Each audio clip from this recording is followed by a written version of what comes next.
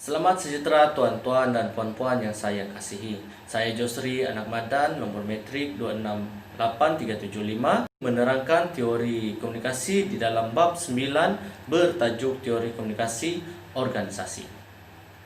Pengenalan teori. Suatu organisasi tidak akan berjalan tanpa adanya komunikasi, di mana komunikasi organisasi sendiri merupakan suatu jaringan komunikasi antara manusia yang saling bergantung antara satu sama lain dalam konteks organisasi. Dalam sebuah organisasi terdiri elemen-elemen yang memiliki tugas masing-masing serta saling berkaitan antara satu sama lain. Sebagai suatu sistem yang tertentu memerlukan komunikasi yang baik agar organisasi berjalan dengan baik. Kepentingan teori tersebut kepada diri saya atau kehidupan harian saya.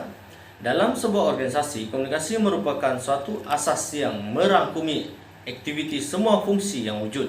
Dengan adanya saluran komunikasi ini, maka setiap individu maupun kelompok bukan saja dapat memahami atau bertukar-tukar ide dan pendapat, malah dapat juga berinteraksi antara satu sama lain dan dapat mewujudkan kerjasama yang berterusan dalam kalangan kaki tangan.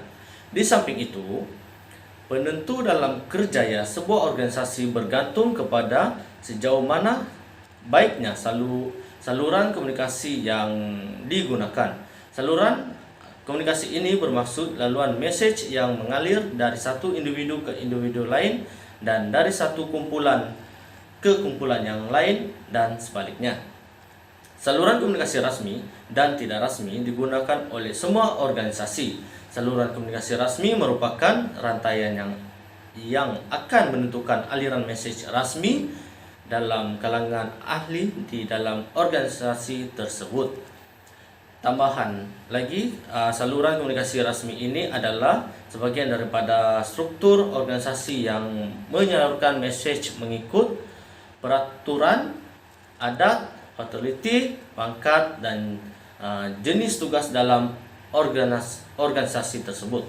Sebaliknya, saluran komunikasi tidak rasmi pula merangkumi rangkaian komunikasi yang terdiri akibat hubungan sosial dan juga persahabatan di tempat kerja.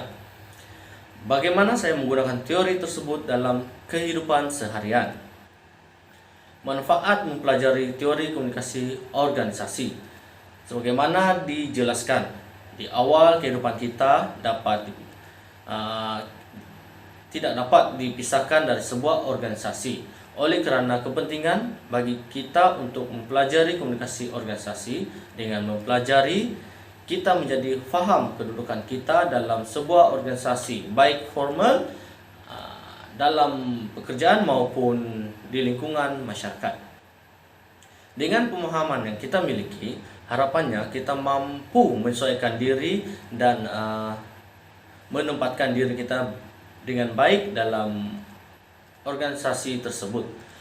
Bagaimana kita bertindak dan bersikap dengan atasan maupun dengan bawahan dan juga dengan anggota organisasi yang lain akan menjadi lebih baik saat kita